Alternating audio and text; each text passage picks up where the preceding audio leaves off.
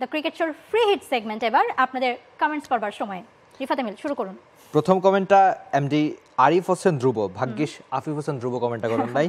একদিকে বাংলাদেশ দল হারলে কষ্ট লাগে, অন্যদিকে আর্জেন্টিনার দল চ্যাম্পিয়ন হয়ে কষ্ট দূর করে। আর্জেন্টিনার মতো বাংলাদেশ দল চ্যাম্পিয়ন হতে পারবে কি? আমি আশাবাদী পারবে। সকালের রেস্টটা আসলে এখনো কাটেনি, স্বাভাবিক, আর্জেন্টিনা চ্যাম্পিয়ন হয়েছে, রেস্ট না কাটারই কথা। ওকে, নেক্সট কমেন্টের দিকে যদি যাই, খালিদ মাহমুদ তিনি বলছেন Bangladesh women cricket team players আর all physically unfit and they don't have any energy to drive boundaries and sixes. Change them all and take under 19 players. একটু খুব ঝেড়েছেন। তবে মেয়েদের ক্রিকেটে তো প্রতি বলে বাউন্ডারি হবে না, যেখানে 80 রানও কখনো জেতার মতো। ছেলেদের ক্রিকেট দেখার পর মানে সেরকম ক্রিকেট যদি মেয়েদের ক্রিকেট আশা করা হয়, একটু আসলে সেটা আশা হতে হবে, সেটা আসলে আশা না করাই ঠিক। তবে বাংলাদেশের মেয়েরা অনেক ভালো করেছে, রিসেন্ট পারফরমেন্স ভালো ছিল গত বছরের। এবারে এশিয়া কাপ দিয়ে এবছরটা আবার হয়তো তারা রাঙাবে। বসুন্ধরা টিস্যুতে ছাড়ের ছড়াছড়ি। বসুন্ধরা টিস্যু নিয়ে এলো নিশ্চিত ছাড়। পরবর্তী কি কমেন্ট আছে? এমডি সাজ্জাদ ইসলাম বলছেন কালকে এলপিএলে উপেক্ষিত ছিল বাংলাদেশের খেলোয়াড়রা, তাসকিন মুস্তাফিজদের ছাড়াই হচ্ছে ম্যাচ, এটা বিশ্রাম না অন্য কিছু। আমার মনে হচ্ছে যে পারফরমেন্সের জন্যই তারা বাদ পড়েছে, যেহেতু তাদের ইকোনমি প্রায় 11 ছুঁই।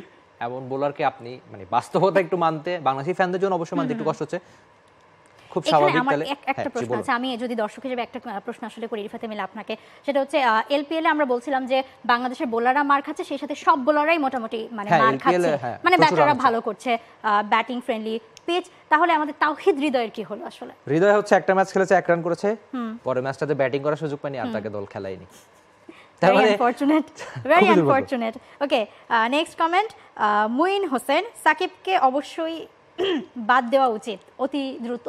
মহবু, আপনি কি মানছেন এটা ঠিক? আমার মানা না মানাতে কি যায় আসে রিফাত এমিল, আপনি একটা কমেন্ট করে দিন।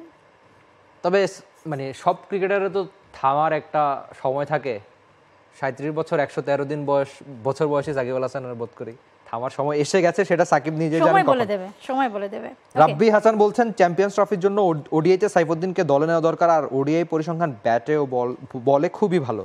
আমিও তাই মানছি, অন্তত মানে কানাডার লিগে যদি তিনি ভালো ক্রিকেটটা খেলেন, মাঝখানে তো আর খুব বেশি নিজেকে প্রমাণের সুযোগ পাচ্ছেন না, তাহলে অবশ্যই তাকে ওয়ানডে না হলেও টি20 দলে বিবেচনায় তিনি চলে আসবেন। ওকে, রোহিত শীল তিনি বলছেন অভিষেক শর্মা কি রোহিত শর্মার জায়গা পূরণ করতে পারবে কিনা, আপনাদের কি মনে হয়? আমরা সেই কথা বলছিলাম ক্রিকেট শোতে বিরতির আগে, যে এই যে নতুন দলটা ভালো করছে, এক একটা নাম কিন্তু আসলে এক একটা নামের আস্তে আস্তে অল্টার হয়ে আসবে, কারণ নতুনরাই তো জায়গা করে নেয়। ওকে, নেক্সট কমেন্ট। আর রোহিত আদতে এত বড় নাম যে তার জায়গাটা এখনই বলাটা খুব কঠিন। হ্যাঁ, তা অবশ্যই ঠিক। রায়ান ইকবাল তামিম বলছেন, ভাগ্যিস তামিম ইকবাল না, মানে রায়ান ইকবাল তামিম বলছেন সাকিব আল হাসানের একসাথে ব্যবসা রাজনীতি ক্রিকেট সামলানোর প্রভাব পড়ছে কি তার পারফরমেন্সে? মতামত জানাবেন প্লিজ। অবশ্যই, এত কিছু একসঙ্গে করলে তো একটা বিষয় আপনার একটু খারাপ হবেই। ঘুরে ফিরে তামিমই সাকিবকে নিয়ে কমেন্ট করেছে। ওকে, যাই হোক, আমাদের সময় আসলে শেষ হয়ে গেছে। আজকের ক্রিকেট শো ছিল এই পর্যন্তই। রিফাত এমিল কিছু বলতে চান? বিদায়টা নিয়ে নিন। তবে আপাতত সময় হচ্ছে দ্য ক্রিকেট শোতে বিদায় নেওয়ার। আপনারা ক্রিকেট শোয়ের সঙ্গে থাকবেন, ক্রিকেটের সঙ্গে থাকবেন, বাংলাদেশ দলের সঙ্গে থাকবেন, আর অবশ্যই থাকবেন টি স্পোর্টসের সঙ্গেই। For more updates, subscribe to our YouTube channel and click on the bell icon. Follow us on Facebook and Instagram. Download T Sports app to enjoy exciting games and highlights. Visit tsports.com.